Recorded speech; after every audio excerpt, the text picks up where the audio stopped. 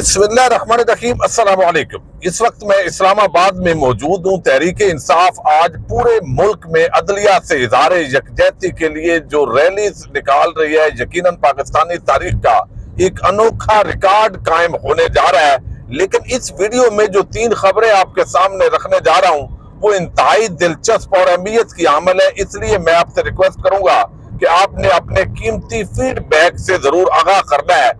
एक तो इस वक्त जो इत्तेहादी हुकूमत और एस्टेब्लिशमेंट ने बहुत कोशिश की कि इमरान खान को दबाया जाए, केसेस के अंदर उलझाया जाए और अगला जो टन्योर है वो नून लीग को दिया जाए, फिर 2028 के अंदर बिलावल तैयार होगा उसको दिया जाए और बंदर बांट जिस तरह होती है और पाकिस्तानी कौम को गुलाम रखने की जो पॉलिसी है वो कामयाब हो। लेकिन अब तमाम तर कोशिशों के बावजूद ये कामयाबी नहीं मिल रही और अब जिस तरह पाकिस्तान के अंदर मुआशी तबाही और बर्बादी हुई है, इसके बाद नून लीग और ये जो इत्तेहादी है ये भी समझने लग गए हैं कि हमें इलेक्शन की तरफ जाना पड़ेगा और अगर अगली हुकूमत इमरान खान की आ भी गई तो वो चल नहीं सकेगी, चूंकि हमने इतने गड़े खो दिए हैं। तो अब इत्तेहादी हुकूमत समझती है कि इलेक्शन हो जाने चाहिए, लेकिन कब होने चाहिए इस हवाले से भी कुछ जो है वो तय पाया है और कुछ तजावीज ज़ेरे गौर हैं।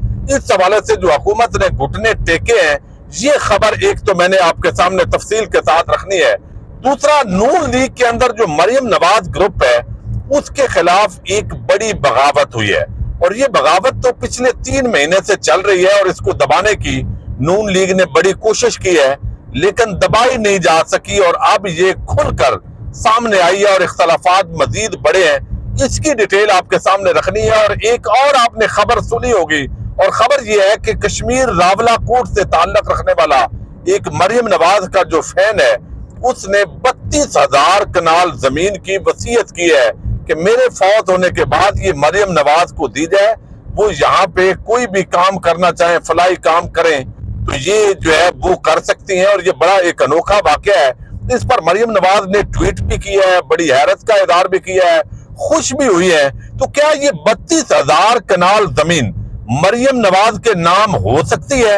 अगर नहीं हो सकती और इसको करना हो तो किस तरीके से हो सकती है? इसके लिए कैप्टन रिटायर सफदर की कुर्बानी बड़ी जरूरी है। मैं बड़ी ये एक लतीफा है और मरियम के साथ बड़ा प्रैंक हुआ है, लेकिन चूंकि जो उनके मीडिया चलाने वाले हैं उनको भी समझ नहीं आई, तो ये थोड़ी दिलचस्प कहानी पहले मैं आपके सामने रखता हूं और उम्मीद करता हूं कि आप वीडियो समाप्त करेंगे और अपने फीडबैक से जरूर आगाह करेंगे। अब ये कश्मीर के अंदर जो शख्स है उसने एक 50 रुपए का स्टाम्प लिया और वहां पे लिखा, ये खबर जो है वो आप सुन चुके हैं, मैं ज्यादा डिटेल में नहीं जाऊंगा कि जनाब ये वसीयतनामा है बहक मरियम नवाज दुख्तर नवाज शरीफ। अब ये मुसम्मी है जी जैद, जो है वो जैद इनका नाम है और वल्दियत हुसैन साकन चीड़, तहसील रावलाकोट, जिला पुंछ, शनाख्ती कार्ड नंबर और आगे उन्होंने डिटेल दी। इसके अंदर मैं ज्यादा तफसील में नहीं जाता।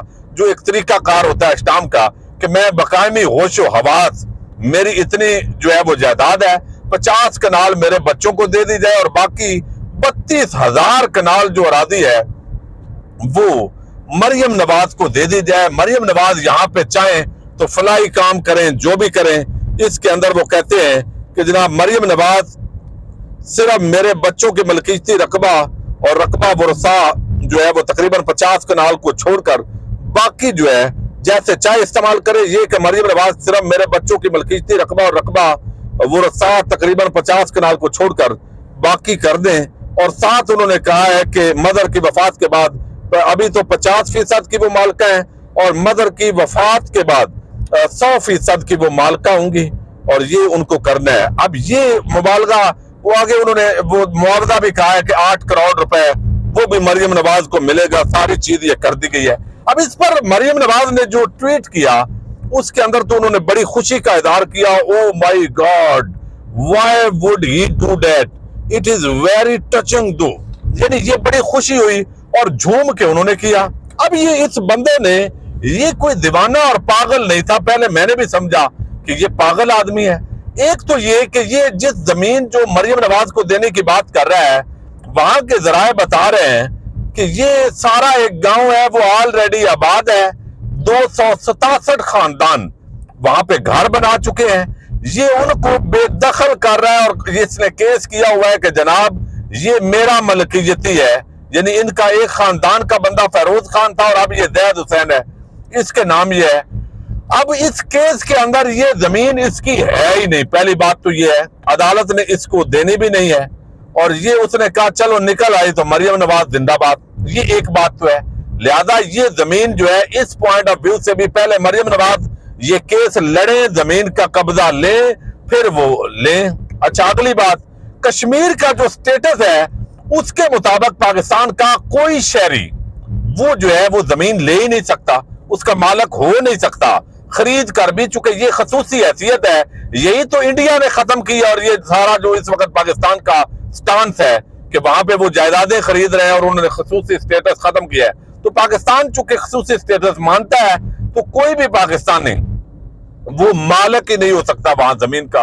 اور تیسری جو چیز ہے وہ بڑی عام ہے، وہ میں نے ابھی وہاں کے جو وکلاء ہیں مجھے تھوڑا سا یہ ڈاؤٹ پڑا کہ یہ کیسے اور طریقہ کار ہے جو مالکہ ہو سکتی ہیں، تو میں یہ طنز نہیں کر رہا، یہ ایک فیکچول بات آپ کے سامنے رکھ رہا ہوں، اور کوئی شخص مزید مجھے ڈیٹیل، اور یہ بتایا گیا کہ مریم نواز اور کوئی طریقہ نہیں ہے کہ وہ وہاں کشمیر سے یہ 32,000 کنال جو ہے اراضی اس کی مالکہ بن سکیں، اس کے باوجود کہ وہ کیس بھی جیت جائیں، وہ سارا کر لیں، اس کے لیے ضروری ہوگا کہ کیپٹن ریٹائر صفدر صاحب کی قربانی دینا ضروری ہے قانونی طور پر۔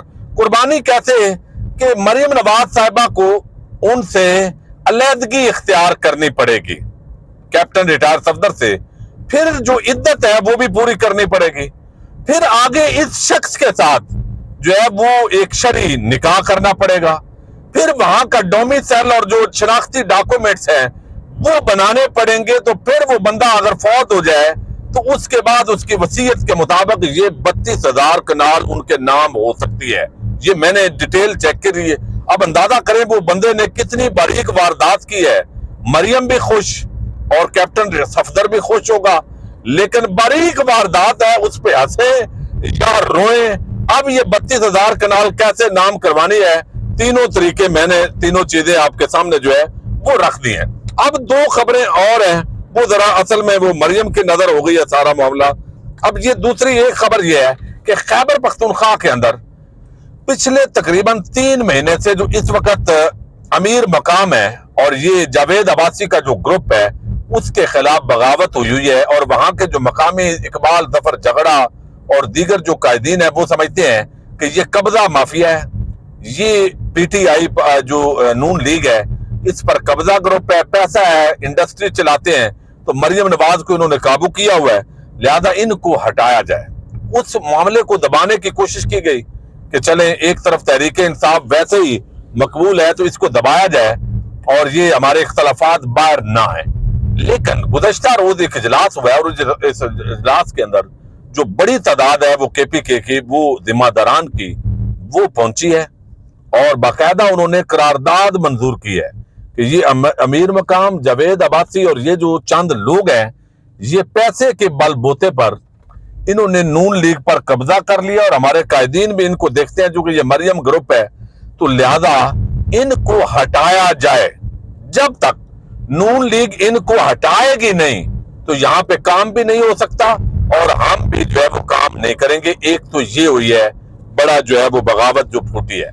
دوسرا جو ہے وہ اس وقت آپ کو علم ہے کہ یہ سارا جو ایک ملک کے اندر ماحول ہے، روزنامہ جنگ نے آج خبر لگائی ہے اور یہ بتایا جا رہا ہے کہ پی ٹی آئی اگرچہ چیف جسٹس عمر عطا بندیال کا جو یہ دور ہے اس کے اندر وہ سمجھتے ہیں کہ ہمیں الیکشن میں نہیں جانا چاہیے، یعنی جو پی ٹی آئی کہہ رہا ہوں پی ڈی ایم حکومت، لیکن وہ سمجھتے ہیں کہ اب ہم الیکشن سے بھاگ نہیں سکتے، اور اس کے لیے جو ہے یہ ساری چیزیں جو لے کے آئے ہیں ان کے اندر بتایا گیا ہے کہ جون کے اندر چونکہ بجٹ پیش ہونا ہے تو جولائی کے اندر ہم اسمبلیاں تحلیل کرنے کے لیے تیار ہیں۔ یہ اس حوالے سے آج ایک بڑی خبر آئی ہے، اور خبر بڑی عام ہے چونکہ یہ اس وقت اسلام آباد کے باخبر حلقوں کے اندر یہ بتائی جا رہی ہے۔ یہی وجہ ہے کہ تھوڑا سا جو تحریک انصاف نے مذاکرات کے حوالے سے اگرچہ سپریم کورٹ میں انکار بھی کیا ہے، तो वो भी तरीके के साथ किया और एक रास्ता खुला रखा है। अब ये अंसार अब्बासी की खबर है, और खबर ये है क्योंकि अंसार अब्बासी इस वक्त हुकूमत और एस्टैब्लिशमेंट के एक अनऑफिशियल तर्जमान समझे जाते हैं। अब खबर यह है कि पीडीएम जल्द इलेक्शन के लिए तैयार है, लेकिन 16 सितंबर से पहले नहीं। यानी चीफ जस्टिस जो है अगले काजी साहब आ जाए तो फिर ये करेंगे।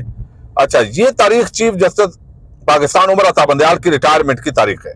पीडीएम के एक बाखबर जरिए का कहना था कि हुक्मरान इत्तेहाद 16 सितंबर के बाद इलेक्शन के लिए किसी भी तारीख के लिए तैयार है। जरिए ने पार्लियामेंट की मुद्दत में तोसी के इम्कान को भी मुस्तरद कर दिया है, जैसा कि पहले कुछ लोग जो है वो कहते थे कि आप जो है वो हम कर देते हैं। यानी वो कहते हैं अब असेंबलियों में तोसी वाला खाता खत्म है, हम 13 अगस्त से आगे नहीं जाएंगे।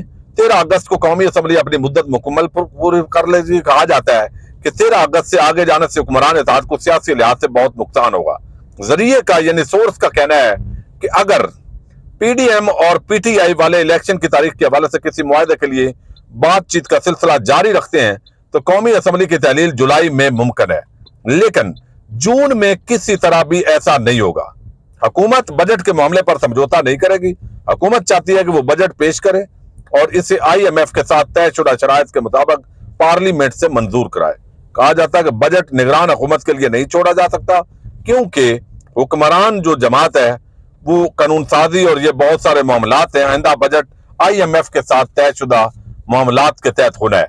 तो अब इसके साथ ये है कि हुकूमत ये समझती है कि इस पूरे मामले को हमें करना चाहिए, और इसके अंदर अगर इत्तेफाक कर लिया जाए तो जो जस्टिस काजी फायद ईसा हैं वो अगर चीफ जस्टिस बन भी जाए तो वो क्या कर लेंगे। जितने वो मुतनाज़ा हो चुके हैं, पहले तो उन्हें अपने आप को गैर मुतनाज़ा बनाने के अंदर जो है वो टाइम लगेगा, फिर उन्होंने कानून और आइन के मुताबिक ही अपने आप को करना है ना, तो उससे बाहर नहीं जा सकते। तो हुकूमत समझती है कि जुलाई के अंदर इलेक्शन के अंदर इत्तेफाक हो सकता है, यानी जुलाई अगस्त सितंबर, यानी जुलाई में तहलील कर सकते हैं असेंबलियां, और सितंबर के अंदर 15 सितंबर के बाद जब chief justice Umar Ata Bandial retire हो जाए तो उसके बाद हम इलेक्शन के अंदर जा सकते हैं। अब ये जो है वो इमरान खान के साथ बैकडोर जो राब्ते हो रहे हैं तहरीक इंसाफ के साथ, पीटीआई इस पर इत्तेफाक करती है या वो समझते हैं कि ये हमें चुकमा देने की कोशिश हो रही है, ये एक अलहदा मामला है। लेकिन ये इस वक्त हुक्मरान इत्तेहाद के अंदर तयशुदा बात है कि इलेक्शन से भाग भी नहीं सकते, और एक टन्योर जो है